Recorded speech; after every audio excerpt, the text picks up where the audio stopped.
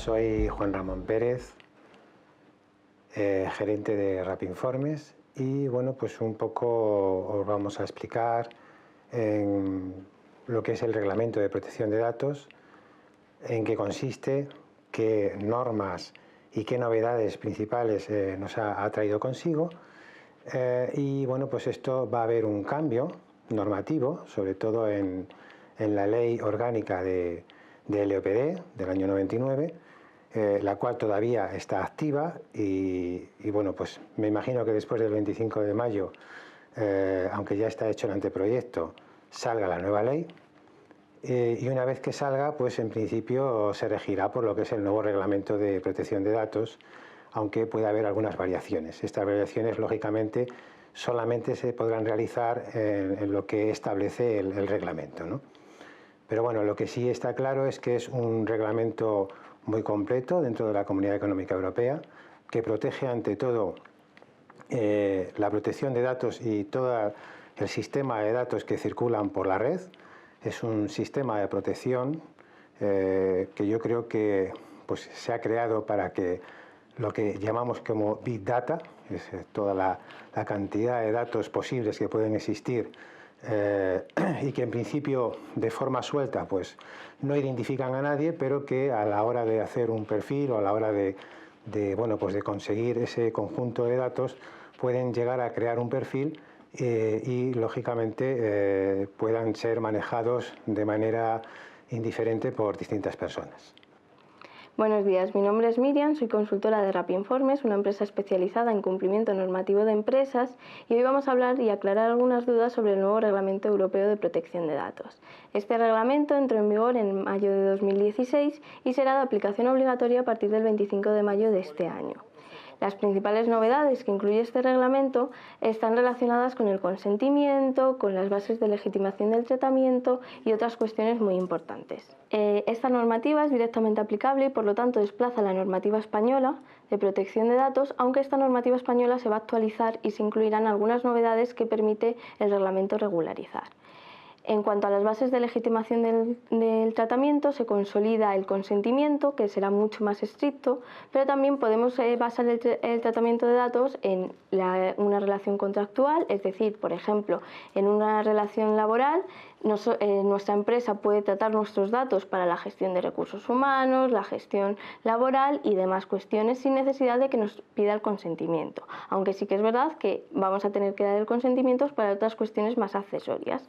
También se legitima el interés vital del interesado, es decir, si una persona, por ejemplo, está gravemente enferma, lógicamente los médicos pueden tratar sus datos para curar a esa persona. Otra de las bases de legitimación del tratamiento va a ser la obligación legal del responsable del tratamiento, es decir, una entidad puede cumplir con una obligación que le imponga otro organismo, como puede ser Hacienda, sin necesidad de pedir consentimiento para el tratamiento de esos datos. Y la última base del tratamiento va a ser el cumplimiento de un interés público. En este caso solo va a afectar a las administraciones públicas y a otros organismos públicos. Una de las novedades principales van a ser las nuevas exigencias para otorgar el consentimiento.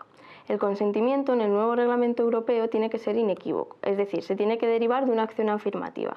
¿Esto qué significa? Pues simplemente que para poder otorgar nuestro consentimiento tenemos que hacer una acción que demuestre que queremos el tratamiento de los datos. ¿Cómo podría hacerse esta acción? Pues simplemente a través de, por ejemplo, rellenar un cuestionario. Es verdad que para determinados tratamientos, como el tratamiento de datos sensibles, es decir, tratamiento de datos de menores, tratamiento de datos de salud, sobre orientación religiosa, orientación sexual, en este caso tiene que haber un consentimiento expreso, es decir, tendría que haber una firma que demostrase que esa persona ha ejercido ese consentimiento. Es importantísimo que este consentimiento también se pueda revocar de la misma manera que se ha otorgado, es decir, tiene que ser igualmente fácil y factible poder revocarlo. Uno de los principios básicos de este nuevo reglamento es el principio de transparencia, es decir, las cláusulas tienen que ser especialmente claras y se deben evitar todo tipo de cláusulas farragosas. Es muy importante que al interesado se le dé toda la información y esa información se ha endurecido. Tenemos que informarle sobre el plazo de conservación de los datos, sobre todas las sesiones que se van a realizar, sobre la base en la que legitimamos ese tratamiento y demás cuestiones que incluye el reglamento. nosotros teníamos los derechos ARCO. Estaba el derecho de acceso, el derecho de rectificación, el derecho de cancelación y el derecho de oposición. Aparecen 3 derechos nuevos. Está el derecho al olvido, que es un derecho que podemos ejercitar ante los motores de búsqueda en Internet, como puede ser Yahoo, Google y demás compañías, que implica que nosotros, al poner, por ejemplo, nuestro nombre en Google, nos puede venir vinculada alguna noticia, alguna foto o algún dato que no queremos que aparezca.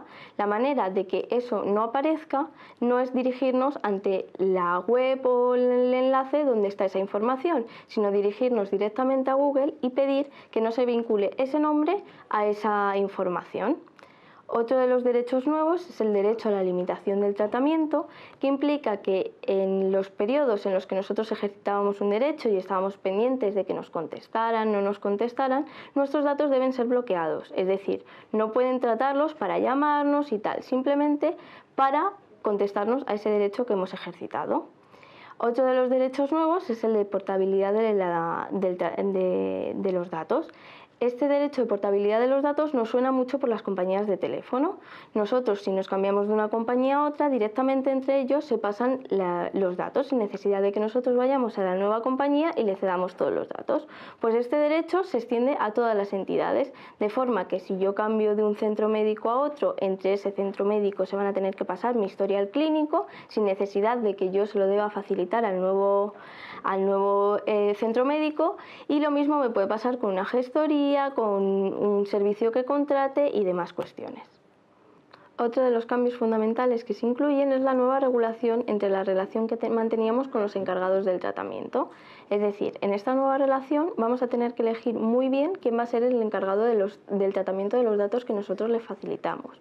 Nosotros, si contratamos a una empresa para que nos preste un servicio o se lo presta a nuestros clientes, nosotros le vamos a ceder esos datos de esos clientes o de esos empleados y demás. Entonces, es muy importante que con ese encargado del tratamiento facilitemos una relación contractual para que los datos estén seguros en todo momento, porque los datos al final son propiedad del responsable del tratamiento y el responsable último de cualquier problema que haya con ellos va a ser el responsable del tratamiento.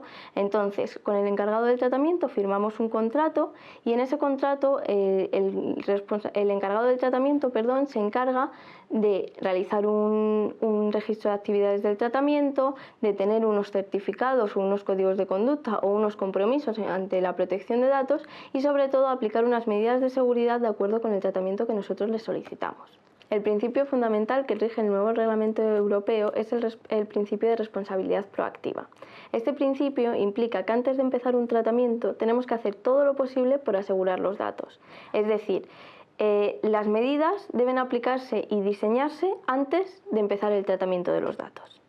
Las medidas principales que incluiría este principio de responsabilidad proactiva serían el análisis de riesgo, es decir, el tratamiento tiene que ser en relación con los riesgos que tiene ese tratamiento. Por ejemplo, tendríamos que mirar qué tipo de datos tratamos, de qué forma los tratamos, con qué programas los tratamos, quién interviene en ese tratamiento y en base a esos riesgos que vayamos detectando, decir las medidas de seguridad necesarias para que esos datos estén seguros. Otra de las medidas de esta responsabilidad proactiva es el registro de actividades del tratamiento. Nosotros anteriormente teníamos que dar de alta o inscribir unos ficheros en el registro público de la Agencia Española de Protección de Datos. Ahora esta novedad se cambia por mantener un registro de las actividades del tratamiento. Este registro va a incluir más o menos los mismos datos que inscribíamos en ese registro público, pero van a estar enfocados de distinta manera.